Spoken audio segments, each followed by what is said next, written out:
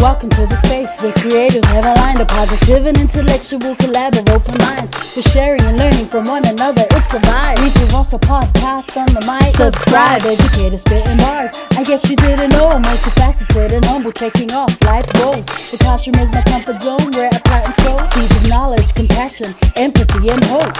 Reading is the key to unlocking your potential. Countless benefits, including cognitive and mental. Regardless of the genre, books are highly influential. Go get yours, I'll get mine. Making strides, monumental. Come rock with me and get down to this new jam. With my friends, I had a very simple plan. Educate the masses through books and life lessons. It's the grand slam. I'm out. Talofa and welcome to the Reads with Rosa podcast. I'm so excited to introduce today's guest. What an honor. He is an educator, children's author, prolific writer, and a self-publisher. Welcome to the show, the reading warrior, David Riley. Hey, Rosa. Malo lava. Thank you so much for the intro and for the honor to be with you today. Thank you. It's good to see, David. How are things out there? Looks like it's a beautiful day out there in Tamaki Makaurau, out in South Auckland. How's it going? Beautiful sunny morning here in Okilani. Families all slowly waking up and just trying to get through this pandemic. Everyone's a bit tired. I'm sure it's like that everywhere. Everyone's mentally it's challenging, but you wake up every morning, sunny skies. I'm jealous. Just a little bit jealous of those sunny skies and that beautiful weather that I see there in the background. I guess before we get started, can you introduce yourself? Just tell us a little bit about yourself. Yeah, cool. Awesome. Thank you, Rosa.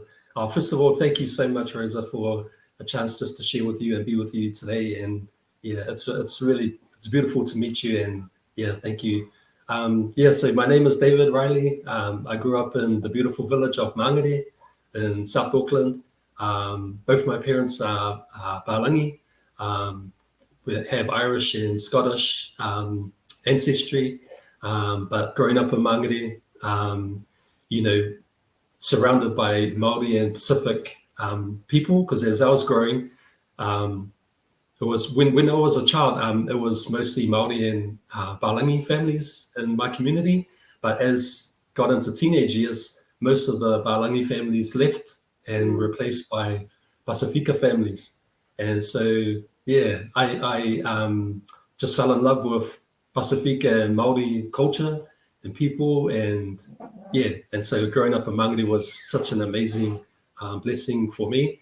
Going to school at Viscount Primary, Arahanga Intermediate, Mangere College, and then from there I went to uni, Auckland Uni, and I studied social anthro because now I had such a real interest in cultures, and so I studied anthropology there, and then I became a teacher at a school called Tangaroa College, which is in Notara, and I taught there for 23 years. And I also met my wife at Teachers College. Her name is Lawango Debbie Tamuli, and her family's from the Aoba'a and also Satawa and some other villages. And so we met at the end of Teachers College, and so been with her since I've been a teacher as well. And we have two daughters. They're both teenagers. One's at Macaulay, one just started uni. And I also, as well as teach, I also write books because, and it all started with seeing a need for books for Pasifika young people that wasn't there, when I was teaching. So that's pretty much me. Yeah. Man, no, that's not pretty much you. There's more. There is so much more to you. We're going to get into that. So thank you, David, for your intro, man. That was solid, I have to say. I want to just backtrack a little bit. Let's talk. So you speak Samoan very well. Let's go back to growing up in Mangere. How is it that you have, obviously your wife is Samoan, but even before that, how is it that you have such good Samoan? Like, how's your Samoan so good? So Well, you know how I told you that all my Balangi friends left, you know, Right. it was around year 10, fourth form. And for about 2 years, I had no friends, you know, down the street. And then, but there's a park down the end of our street, Solent Street in Mangere. Yeah. There's a park there, and I used to go hang out there and smoke, you know, secret place to smoke. And, As you do. and yeah, one time there was a Samoan guy named Yiki. His house was across the road from the park, and he would come over there and smoke too, secretly, you know. We were both hiding out from our parents. And then, yeah, we became really good mates. And next thing you know, he asked me if I want to come over his place, and went over and went inside his house. First of all, you know, all these things are just way different to me, like take your shoes off at the door, mats all over the floor, you know, Jesus, huge Jesus picture on the wall. Have to. Yeah. Gallo on the stove. Yeah. Boiling away. Gave me some gallo, tried it for the first time, loved it, sold on it. And that was like, you know, and it was just a feeling as well, you know, the feeling of being with, because all his family were there. And, you know, it was just really like a really beautiful feeling, you know. And then there was one time that everyone was laughing. And then my mate's younger brother said to me, "They're mocking you." Oh, didn't you mention about the mocking, right? Yeah, they're mocking you. And so when he said that, I was like, okay, I better learn Samoan. So that's when I also decided to try and learn Samoan. So from that moment, I started carrying a notebook around with me and forever asking all my Samoan friends, how do you say this? How do you say this? And I just write it down in my notebook. And they were like getting sick of it, to be honest, after a while. I always say, how do you say this? How do you say this? And then, so that's how I started to learn like conversational everyday Samoan. And also like through listening to Samoan music, like Punia Lava. So Punia Lava, man, I love, because my mate's mum would be playing 5 Stars and Punia Lava. And man, I loved it. And so I got a Punia Lava tape. And just by, I didn't know what they were saying in the songs, but I got the flow of the words, you know, through singing the words. I understood the flow of it and the sound of the words through singing them. And there was this one time, this really cool song, man. Oh, it was so beautiful. It was like harmonies and just a real like laid back, like if you could imagine like an island scene in the evening, you know, just really laid back. That was the music. And I wanted to know what's the words. So I gave it to this old man who lived next to us, Samoan man. And I gave it to him. I said, could you translate this for me, please, the song? And he translated it. And in English, the song was called Advice to Drivers.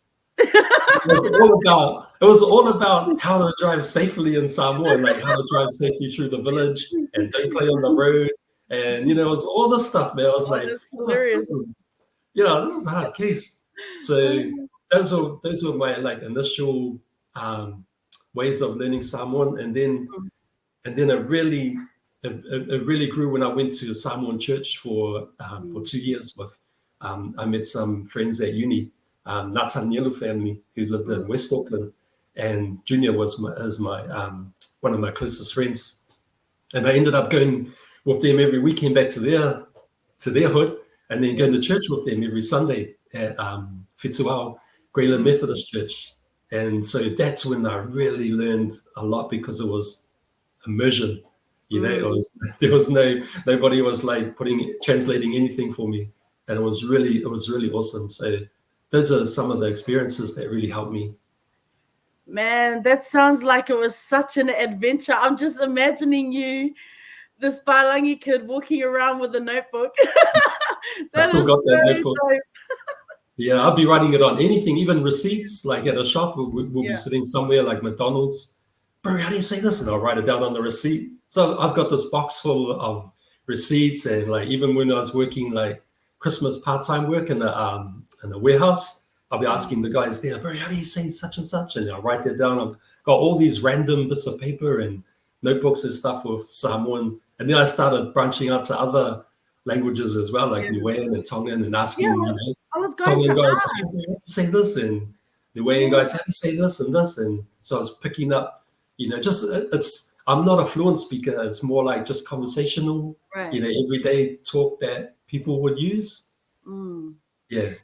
But man, that's, what's so cool is because I think as islanders, I think any culture, people of any culture just appreciate when someone makes an effort, right? To learn the language, to try and, understand perspectives and understand the culture. So that's so cool. And I love so much that you did it through music, because I feel I'm like that too. You have to, that's the thing with language, like, I can relate because I'm not someone like I really can't focus on like learning from a grammar book or something, right? So I have to do it with things that I enjoy, like music, like, songs. So that's cool, man. I was wondering though, like being around a lot of islanders then, in the later years, like of your high school, did you ever do Polyfest? No, Polyfest wasn't around. Oh, at that time when you were coming up. It was still really small, so we didn't have that. I don't think I would have done it anyway because it wasn't, because this was towards the end of high school that this was like in my 7th form year that I really started to become really interested in Pacific cultures. And man, your wife's family must have been super impressed, when they oh man. I mean, man, they must have been shocked. Like, hey, how do you know? No, my mates always mock me because they say that I use it. Like, I use it on their parents too.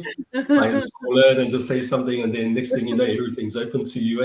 My mates they always mock me for that. Oh, you're funny. Reading. So, in school, were you a reader? Were you always into reading? Did you have teachers who motivated you to read, inspired you, like, Reading came from home, Rosa. So both my parents loved reading, and they'd have stacks of books next to their bed, and my mum was those mums who always buys secondhand books, and from markets and fairs and that, and so we grew up surrounded by books everywhere at home. And so it's always been part of something that I've just done naturally, is reading and loving to read. So and I know I'm blessed because of that, because not everyone had that experience to grow up with it as such a natural thing to do, and to just have books just lying around. And that's part of what my motivation is when I write, and also some of the projects that I do now, is that image I had of growing up surrounded by books and wanting kids that I work with or in our community to have that same experience of just growing up and there's books just lying everywhere. And every now and then you'll be bored, you'll read it, and you just might read a little bit. But all of that literacy builds in you over time until it becomes just a natural thing for you to do. So, I'm just so blessed that to have grown up and, with parents who loved reading. You mentioned teaching. So are you still teaching right now? Or are you just writing full time, or are you still in the classroom, Yeah. So I finished my teaching at Tangaroa College at the end of 2020. And then I started, because I was doing, as well as writing, I do a lot of workshops with kids in different schools and projects with community groups and that. So there's still a little bit of teaching. But it's more my own, like my own projects that I can do and move around a bit more and just work with maybe a few more kids and also with community groups. Yeah, on that, I want to get into that, the community projects, because I know that I was following your work last year and I saw that there were books released on the language weeks, which, I thought that was so cool. But I know even before that, you were doing a lot of community projects. Like how are you, are you contracted? How does that work? Are you contracted to by the ministry to do the workshops, or are you reaching out and connecting with community groups? Like, is it all driven, kind of like you're out there kind of saying, hey, this is what I do, should we work together? Like, how does that work?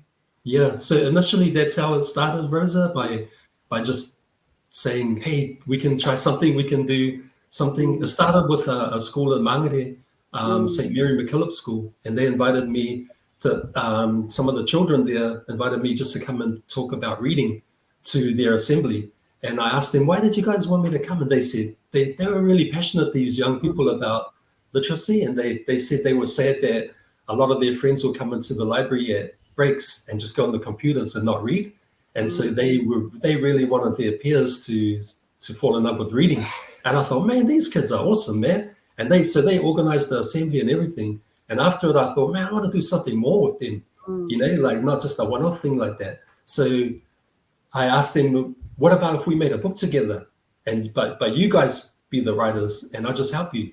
And they were keen. So then I asked the organization who funded the talk part, could we do a writing part? And they said, yeah, there's a project called Writers in Communities.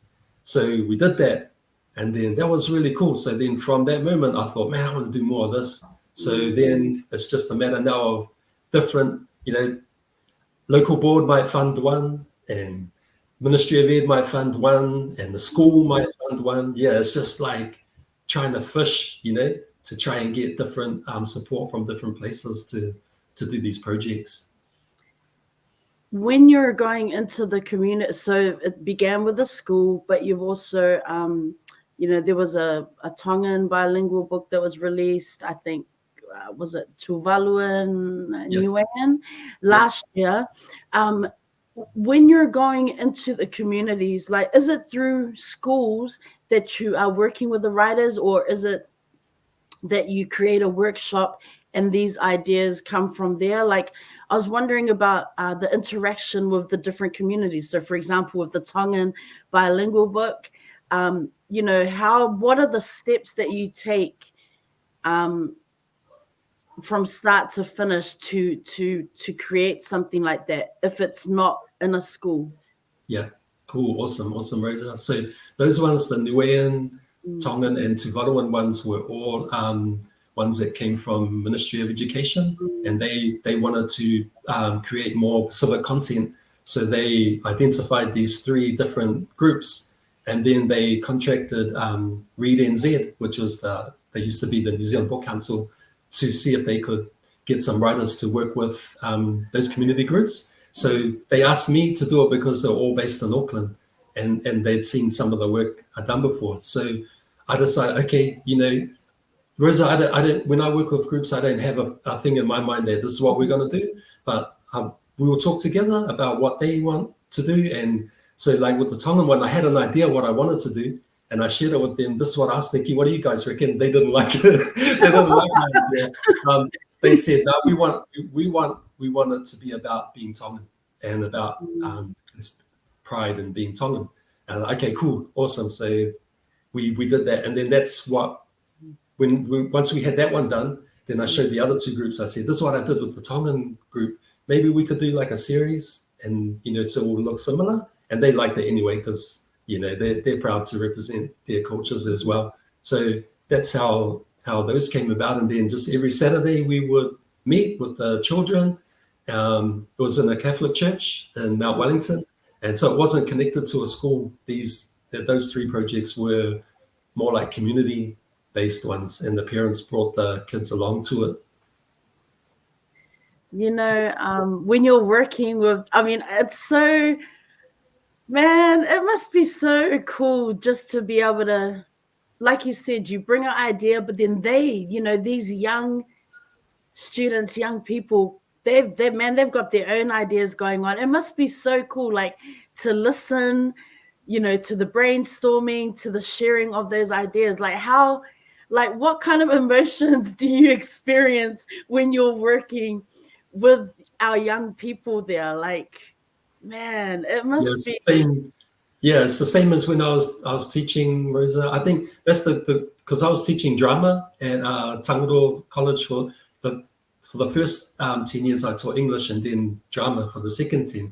And what I really learned a lot from drama was don't have a set idea in your mind, like have something to inspire you and guide you, but just see what happens.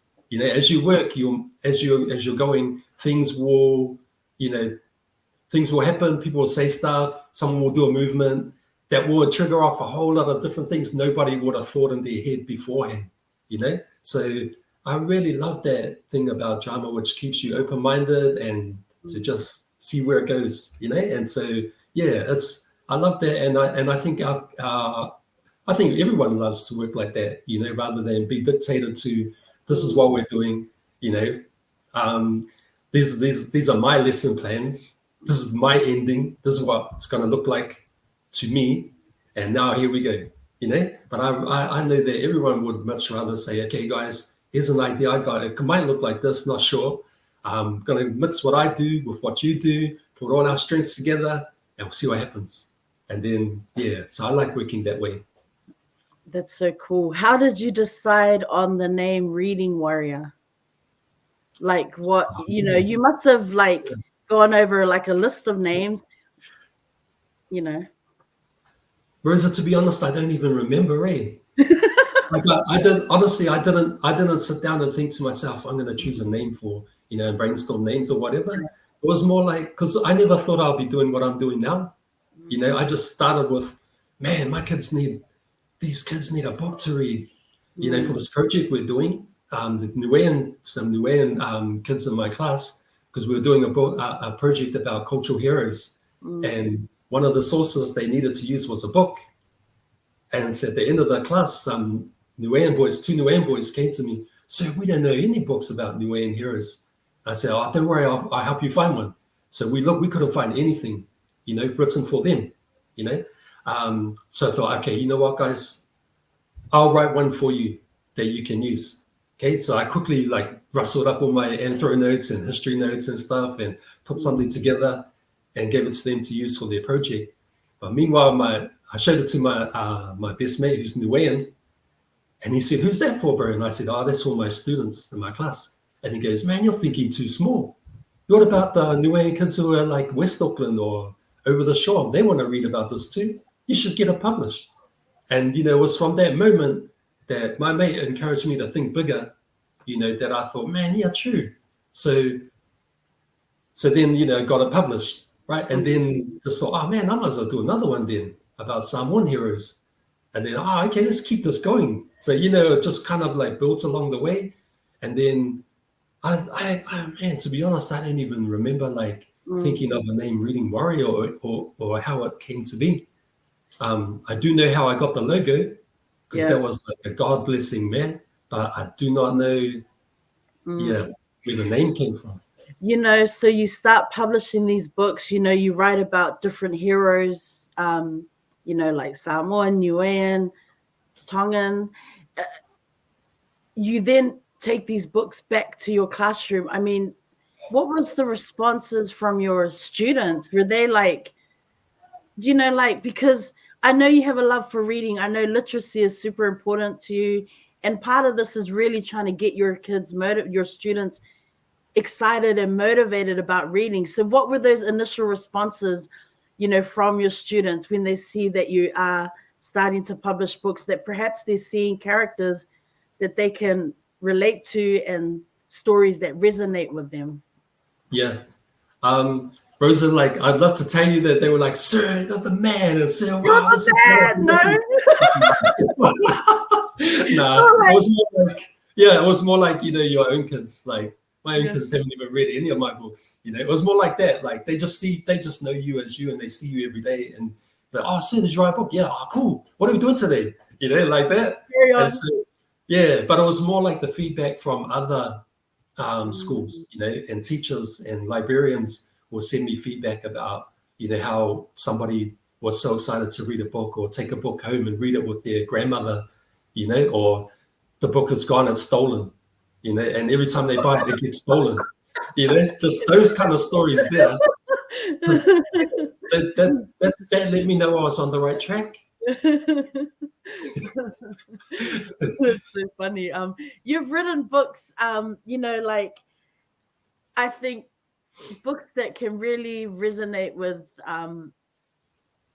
male readers. I know you write generally for both female but what I'm talking about, you know, like sports heroes like Benji Marshall. I mean, I'm a league fan, so you know, Sonny Bill Williams. I mean, those books must really capture. I mean, do you have a panel or like of students or young people that you publish and you say to them, here are some books, read them, give me some feedback? Or is it just the feedback coming from the educators and the, you know, the institutions? Do you know what I mean? Like, how do you gauge whether it's reaching the kids, like it's really reaching? Because I read somewhere that you know, part of this whole you know, starting to write books for your students was really to fill in the gaps. You know, there's so many books that aren't there that they need to see, you know, they need to read and see themselves in. So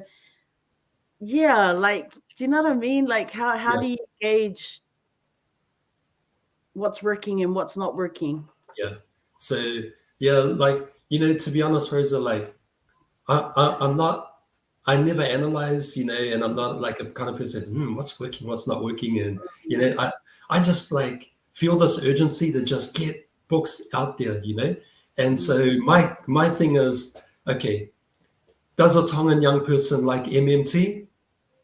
Of course they do.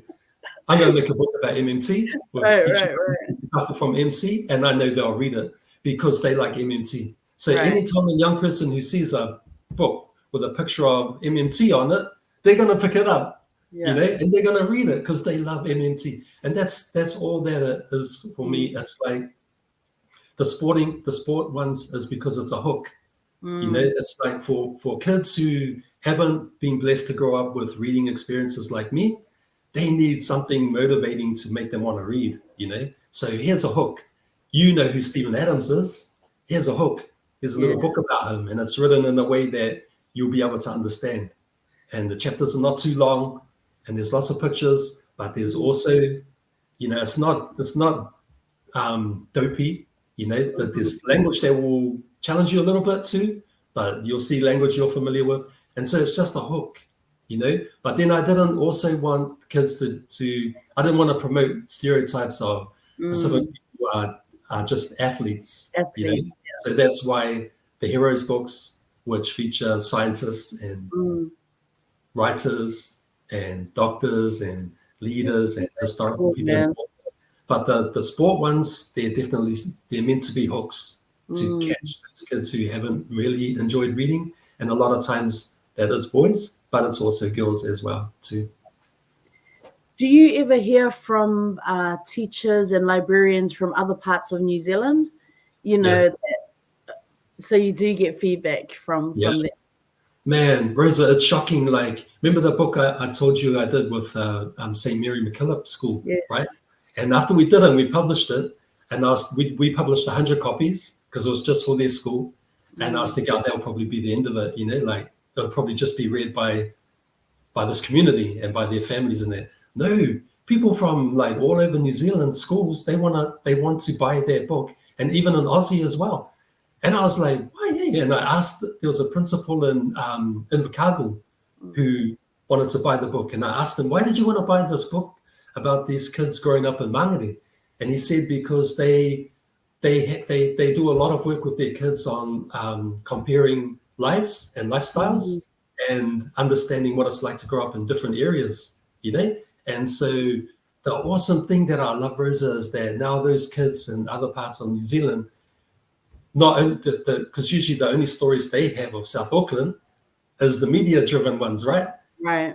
And so, you know, their image of what South Auckland is from news or newspaper or whatever, which is most often negative.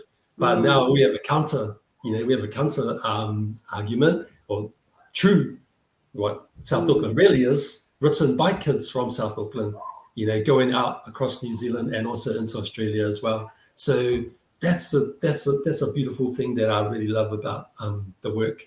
So I want to talk about South Auckland. You know, the love for South Auckland. It's a place where you grew up, and you mentioned, you know, just with media, you know, there's always negative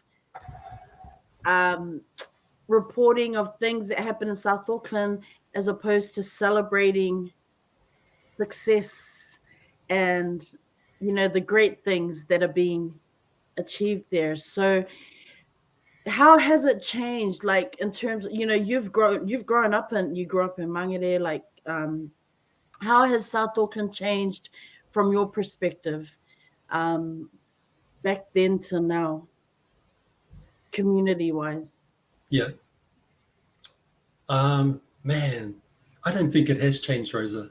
I think it's still, I feel like it's still the same. Like you see what you focus on there, so if you want to focus on negative things, then you'll see those. If you want to focus on the beauty of our community, then you'll see that, I think. So yeah, I think that it's always up to us to tell the stories, Right. and not wait for someone else to tell the stories, or because if we do they'll tell it their way. Right. So yeah, I think it's an amazing place to grow, to live. It's a blessing to have grown up here. With the COVID situation, I've heard educators just worries, access to, students having just lack of access to Wi-Fi, to resources, during COVID times. It's been quite hard.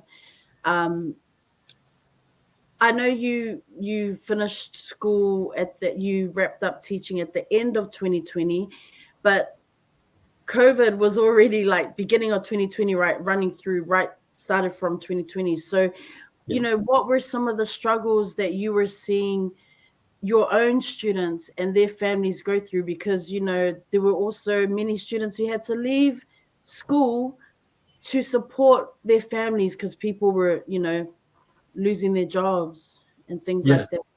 Yeah, definitely. Lots of struggles, Rosa. Connectivity, like you said, access to devices, sometimes sharing one device between, multiple family members, sometimes trying to do schoolwork on a phone, you can't do that. Even finding a space to work, in a home was hard sometimes. But I think a big thing too was just the lack of relationship, because Pacific kids love to work together with people and with their teachers, and we all love to work together face to face and hands-on and stuff, and that's I think that a lot of our kids also struggled with online learning because it's not a real way of learning. It's like you're hearing the content, but you're not really getting the feeling of, and the camaraderie and the spirit of when you're working together as a group on something and making things together and encouraging each other and, finding out, hey, I see you're struggling today. What's up? Things like that. I think that a lot of that has been challenging, and a lot of our families also, they're involved in community work, as well, and helping out with food banks and things like that. So a lot of our kids were heavily involved in that stuff as well, which became more of a priority than attending an online class, was being down at Otara and, being able to take food parcels around to families. And, so there were a lot of kids that were involved in that kind of stuff as well with their families. Yeah. You were putting out a call like last year, earlier again this year, even earlier than that, about sponsoring books for families. Did you get a lot of response from outside for that? Like, how is that going? Yeah, definitely. Yes, a lot of response, Rosa. Was really awesome, eh? So we called that kainga puka puka, which means home libraries. And the thing was, when in the first lockdown, schools were closed, libraries were closed. So our kids had no access to books. So man, the thought was, okay, I've got these books here that I've printed that are just sitting here. Man, is there a way to get these books into the homes of the families? The families are not going to buy them because books is not really, that's a luxury, for a lot of people to buy. So who are the people that can afford to buy books and gift them? So I reached out to businesses and I reached out to professional people and local boards as well. And yeah, so many people supported that project to get the books into the homes of families so that they could get food parcels and they could also get book parcels. Can you tell us about self-publishing? Because, man, I've heard people who talk about self-publishing, and it's hard work. So what has that I mean, it's one thing to do the, to engage with the community and work with the community, do the writing, but the publishing, what has that journey been like, or at least learning curve for you? Yeah, man, steep learning curve, Rosa. But after, because the first book I did, the one about Niuean role models, that was published by a publishing company. Oh, yes. And when I signed the contract with them, I was just like, oh man, awesome!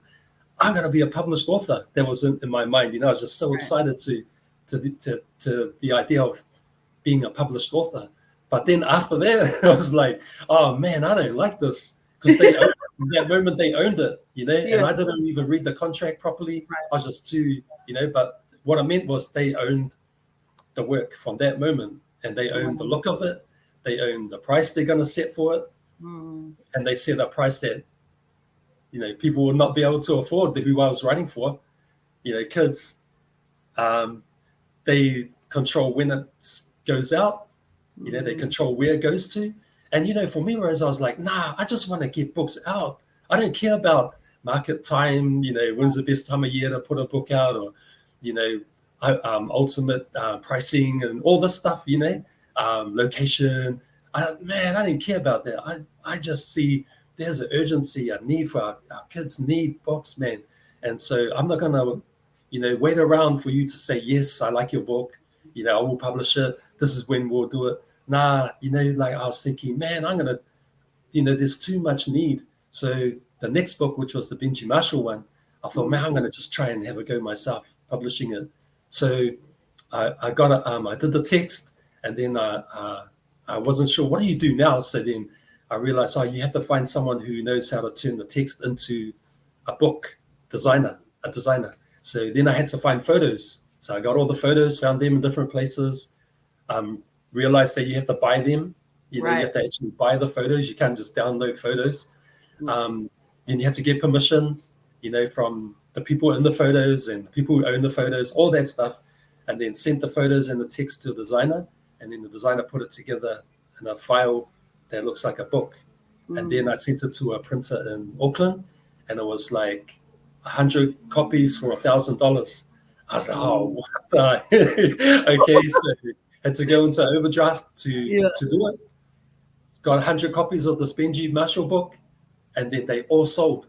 And I was like, okay, cool. So my gut was right that not only my students, but people around New Zealand as well are looking for these kind of books for our Pacific and Māori young people. So then did the Stephen Adams one, and then Sunny Bill, and carried on, and then got to a stage where I was like going back and forth to this Auckland printer, $1,000 a time, and it was a lot of money. I was, man, I wonder if there's a better way to do this. And then I looked in a lot of books I saw printed in China. I was thinking, printed in China? Wow. Printed in China? Yeah, printed in China. And I was thinking, oh, okay. So I Googled printers in China and found heaps of printers in China and got some quotes. And then I thought, okay, it felt risky to me. It felt like, because it was more like, it was going to be like $4,000, $5,000, including the shipping, but you'll get 1,000 copies, rather than 100 copies for 1,000. So then I was like, oh man, okay, shucks, this is big. Like, this is a risky thing to do. Like, I don't even know, like, who are these people in China? Like, and I thought, man. And then I heard this saying, scared money don't make none. And then when I heard that saying, I was like, okay, just give it a try. And then, so I sent the book to China, Stephen Adams one. And I got the 1,000 copies for roughly 5,000 New Zealand dollars, and then thought, okay, yeah, this can work. And then just continued that way. And then the good thing about having 1,000 copies means that there's heaps to give away, and there's heaps to put into these different projects. Whereas if it's 100 copies, man, I can't give it, and it's $10 a copy. I was like, oh man, someone will say, can you donate us? I'll be like, yeah. It's painful, but yeah. So the thing with being an independent publisher is that, man, because a lot of people do it, and there's sort of a negative stigma to it as well.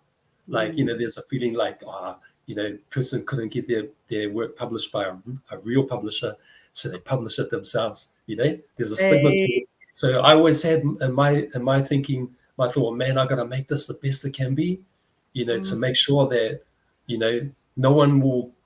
It's not the best quality, to be honest. My writing, I don't think, but I send my work to a professional editor, so all my writing is edited, and I use a professional designer, and I use professional printers, so nobody can say that, I'm just trying to do things for cheap and just to, get it out. But I have in my mind that I want to make it the best I can make it, so that it can, can still represent literature in an honorable way and the stories of the people as well, but yet still be affordable. Yeah. And like I encourage, like, sometimes people say, can I publish their, people will ask me if I can publish their work, but I never want to do that, Rosa. Like, because I don't want to be that person that says, oh no, I don't think anyone will want this, or I don't want to be. So what I do instead is say, I won't publish your work, but I can show you how to publish your own work, so you own it, and I'll just show you exactly the same steps that I went through, and then you own it, and then you don't have to have anyone say, I believe in your work, or I pick you. You can pick yourself, and you can pick yourself anytime. So that's what I've done with a few people, which I love. I love being able to do that. Yeah. Wow. I feel there's a to be continued to this. Like, man, this is so inspirational. Like, it's just so cool to hear.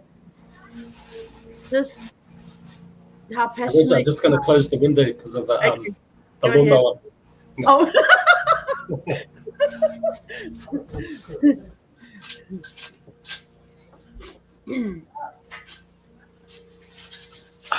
Sorry, okay, it's okay. I'll run that back. My neighbor's lawnmowers.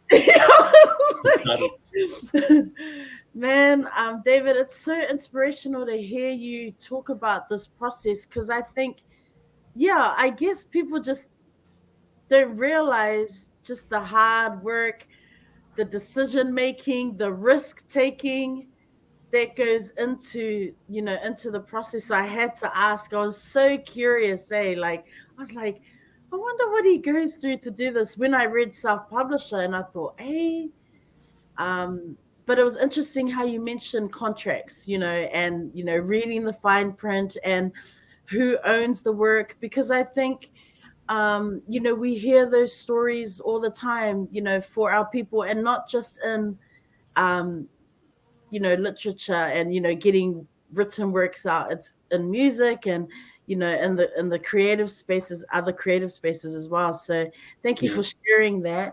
I was wondering about your workspace. Like, what does that look like? Where does as you've shared, a lot of the stories come from ideas in the community, and then you write that. What does your workspace look like? Where does that inspiration comes from the community everywhere, and our young people everywhere, but do you have just like a space where you need to go and work and that's it, leave me alone, I have to do this? Or are you a music person? What does that look like for you? When I first started, my children were really young, and I was still full-time teaching, so the only time I could write was during the holidays. So we'd take them to the park, and then I'd write while they're playing at the park. I'll be writing, or at nighttime, when they go to sleep and that. But now they're both teenagers, and they go to school, and my wife's at work. So this background you see behind you, this is my work. This is where I work. Yeah, and I work best in the morning. I find it easier to work, like, say, from about 8 to 12, like on writing and that, and then in the afternoon do other things. But I really like the morning, and I have to have quiet. I'm not a person that likes music or noise or even people talking. Yeah, I have to have quiet to do it. So yeah, but everyone. What I know, Rosa, is that everyone is different too, and sometimes writers give advice and tips and all that stuff. But to be honest, what I've seen is that everyone is different, and some people have a goal of how much they want to write a day. Like, I'm going to write 300 words a day or an hour a day or whatever. But for me, I just always go with the flow and just see how I feel that day. And if I get on a roll, I just carry on. And if I don't feel like writing that day, then I'll do something else. It's always different. You also do, it's not just like the reading books, you do workbooks as well. Like, is that something, like, in terms of education, is that something that you'd like to do more of, workbooks that can be used in the classroom? Or, do you want to, like, perhaps write, I don't know, YA novels? I mean, do you plan to branch out into other areas or go more into the educational resources side? I mean, obviously your books are educational resources, but workbooks and things like that. Like, what does that look like for you in your like long-term plans or short-term? Yeah. Well, I've only done 2 workbooks, and I did them because I was teaching at the time English, and needed something to teach reading comprehension skills, but use rugby and league, things that I knew my students were interested in. But now that I'm no longer teaching English, it feels too much like teaching English, to make workbooks. That's too much work. Oh. Yeah, it feels too much like teaching English. So I don't really feel that.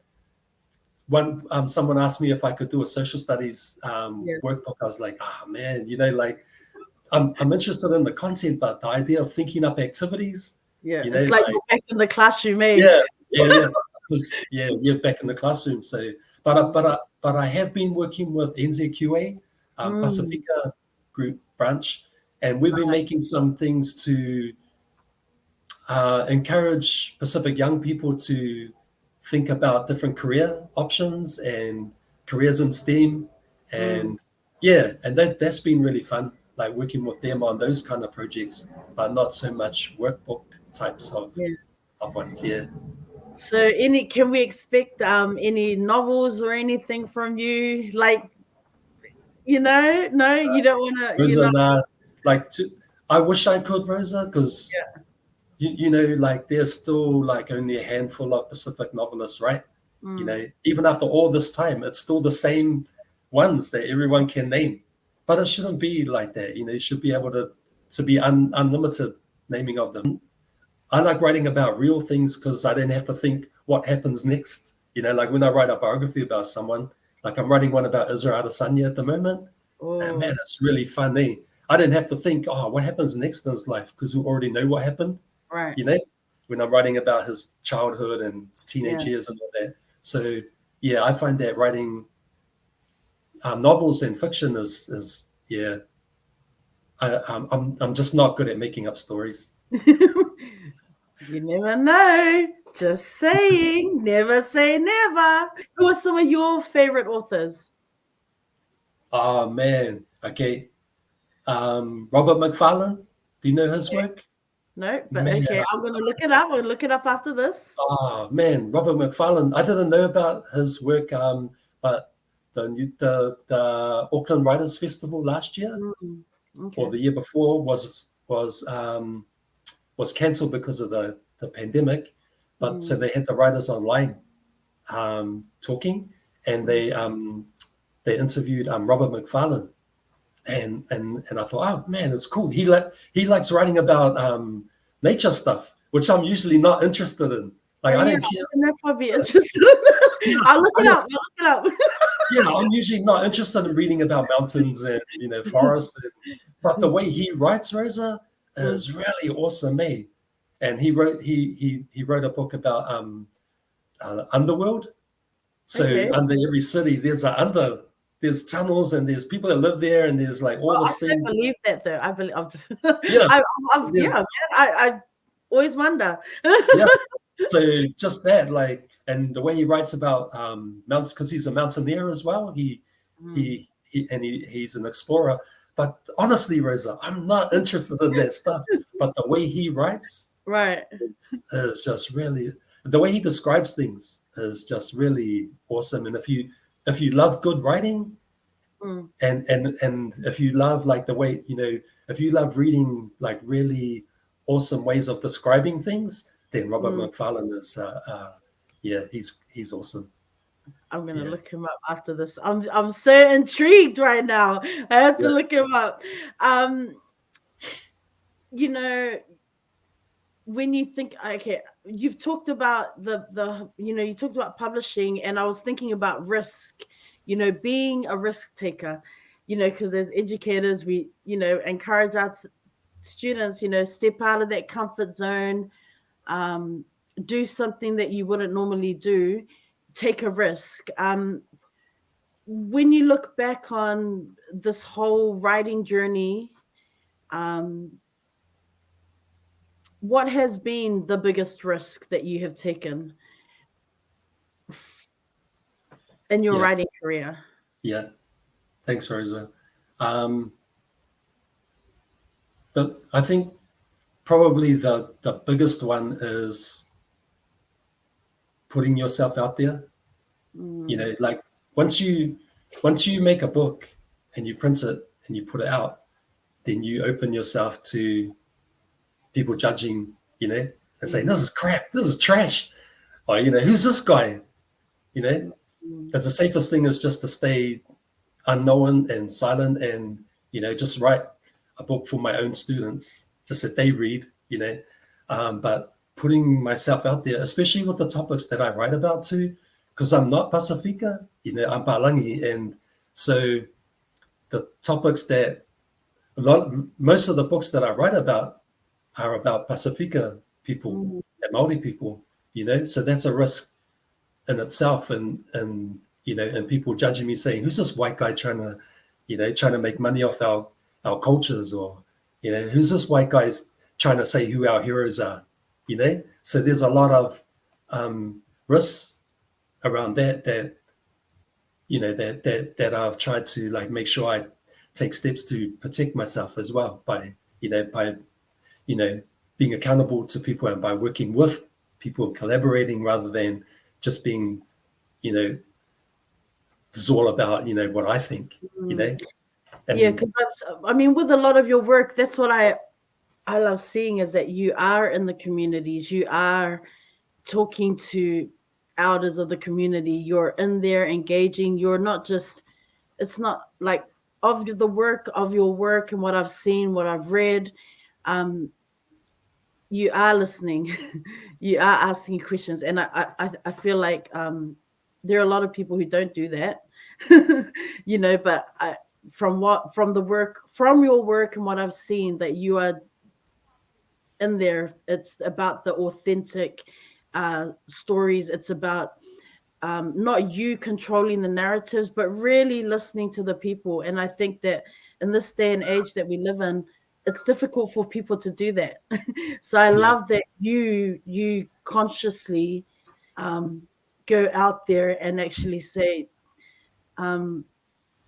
while I have ideas, it's important for me to tell your stories. And I think, that, mad respect for that, like huge respect, because it's so easy for people to just kind of ignore that and just go and kind of write what they're seeing and observing, Yeah.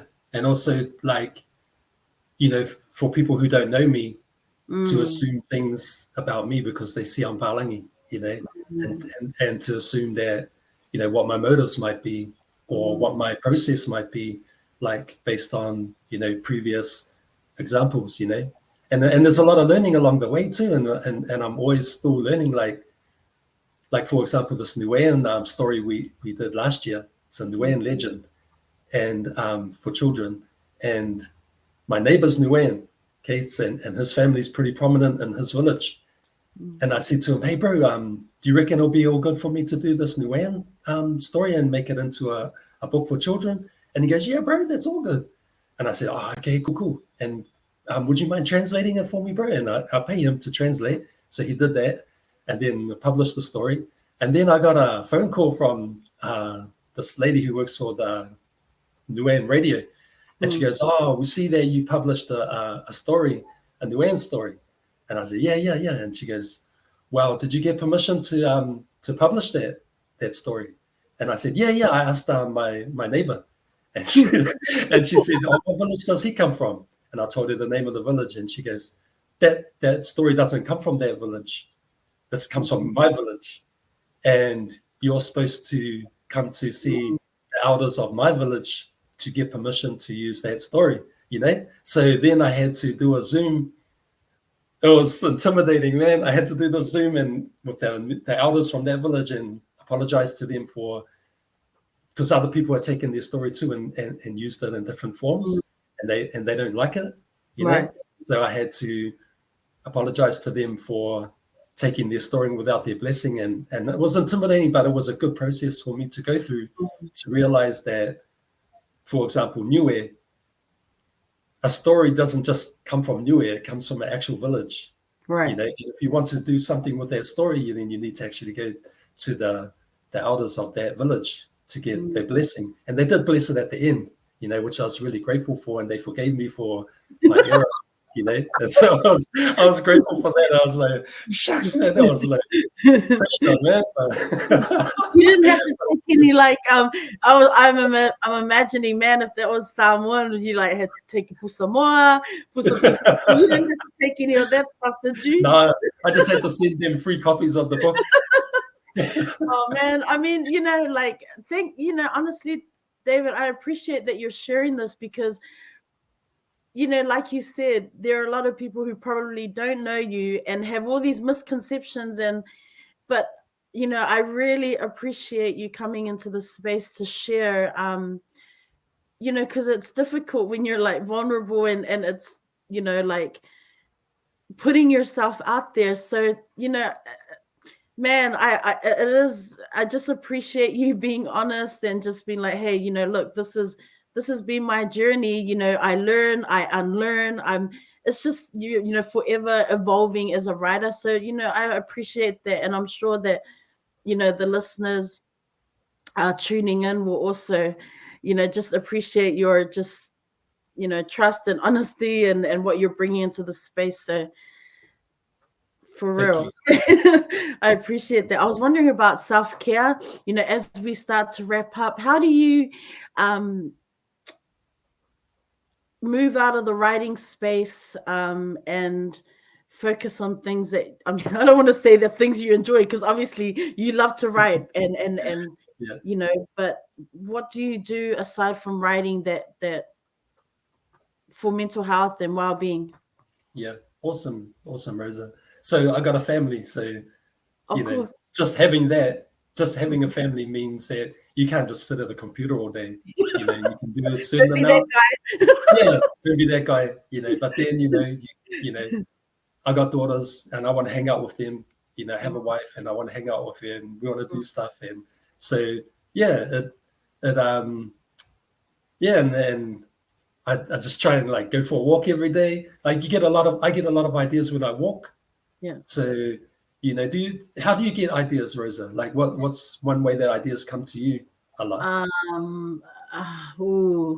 Yeah, usually on my commute, I've always got to have music. I'm a real daydreamer, man, and I'm just if I'll see something or hear something, I'm just inspired by music, beats and music, instrumental, and then that notes app on my phone. I'll see something. I'm such a daydreamer that anything can get me really kind of hooked. So Man, awesome. I think for me, movement, movement, walking, even playing basketball, like because I've got a hoop outside in the driveway, and sometimes just shooting or going for a walk, and I start to get ideas. So I think for me, it's movement when I move.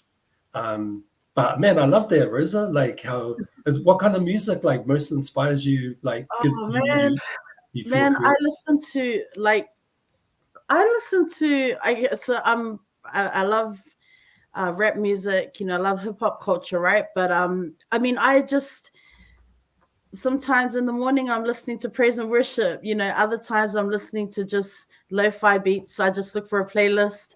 Sometimes it's jazz instrumentals. I just it depends on the mood, and the commute here is super crazy, so I have to have music, otherwise I just get like super anxious and annoyed and all of that. Well, you've been to Tokyo, Yeah, you've been to Japan, you've seen yeah. the commute. Man, that's crazy, eh?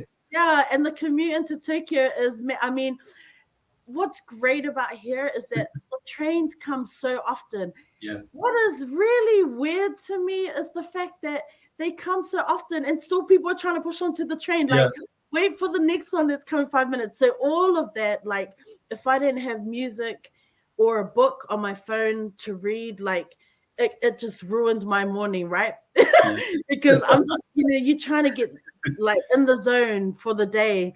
yeah. But one little nudge is like, oh, that's it. Wipe me down. Bring it out. No, I'm kidding. Gotta keep the teacher hat on. Gotta keep it on tight. This commute can just get someone arrested. That's all I'm gonna say. Do you have a favorite book, or even a book that perhaps you read to your daughters when they were growing up? Recent read?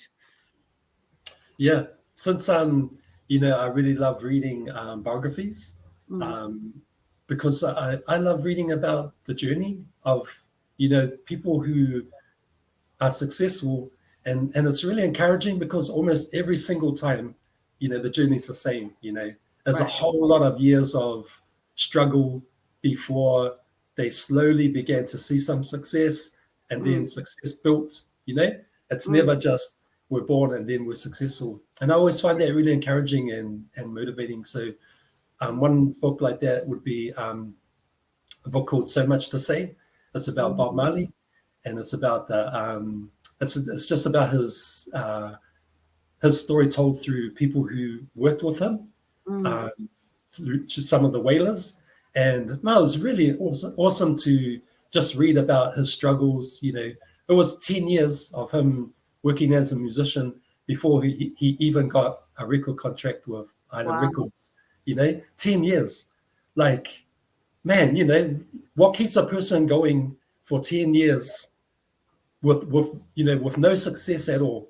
But yet now when we say the words Bob Marley, like everyone around the world knows him.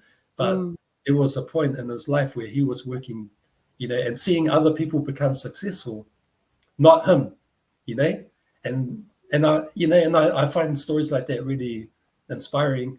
And I also love the part that talked about how he was starting up a recording studio in Kingston, Jamaica, when he died, which is really sad, to think. But he was starting a recording studio so that Jamaicans wouldn't have to leave Jamaica to go and make records like they had to when, for like he had to.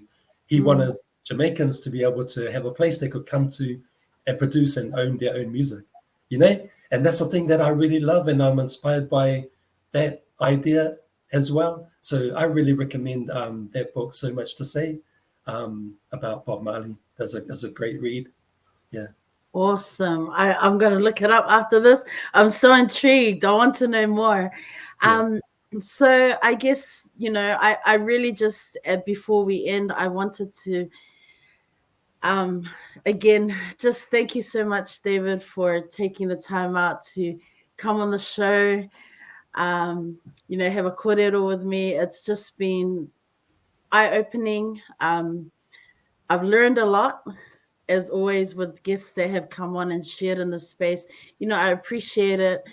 I know you've got lots to do. I know it's the weekend, it's family time. So it a lot that you've come through. I really just want to wish you all the best. You know, I'm looking forward to seeing what other projects you are going to drop this year. And I just want to just encourage you just to, just keep inspiring, and keep that passion for literacy and reading going. You know, there's such a need, there's a huge need for books out there for our students, for our young people. So, keep going. You got this. Rosa, And thank you. And you too, Rosa. Man, thank you for what you're doing. You know, Rosa, what you're doing, you're also working so hard to promote literacy and to promote reading and books, and working as a teacher, which I know what kind of job that is. It's an amazing but very demanding job, and living in a country, where with it's familiar to you now, but there's a lot of challenges that come your way. And man, Rosa, you too, man, keep on going with what you're doing, and encourage you to if there's something out there we could do together, man, I would love to do a project with you. If we could do something together and even talk again one day about something else, would be really awesome. I'd be so honored to work with you, Rosa, and thank you for what you're doing. Thank you so much. I appreciate it. Oh man, I appreciate it. Final words, David. I want to hand it to you. Just go back to you and say final words. What are some words of encouragement that you have for people who don't like reading, who kind of haven't found that book that what would you say to them? Yeah, you just have to find that one cool book. That's it. Once you find that one cool book, you'll be on your way, and it's worth looking for, because man, there's billions of books in this world, and there's definitely one cool book that you will love, and it's worth it to hunt it and to look for it until you find it, because as Rosa and I both know, man, reading will change your life, and reading is such an amazing blessing to be able to read and to enjoy reading. There is one cool book out there that's worth hunting it down, and just an encouragement for anyone who would love to write as well. Don't wait for someone to tell you, I pick you, I believe in you. That might not happen. Pick yourself and believe in yourself, and you don't have to wait anymore. There doesn't have to be a gatekeeper, between you and publishing your work and putting your work out into the world. So pick yourself and put yourself out into the world. And I would just say those two things. And God bless everyone. Everything comes from God. Every idea, every strength that we have, everything comes from Him, and fuels us, and gives us the power beyond all the human stuff. That's really the thing, is that God, is God's power in our life, and God's love and spirit, which enables us to have this kind of energy and love for people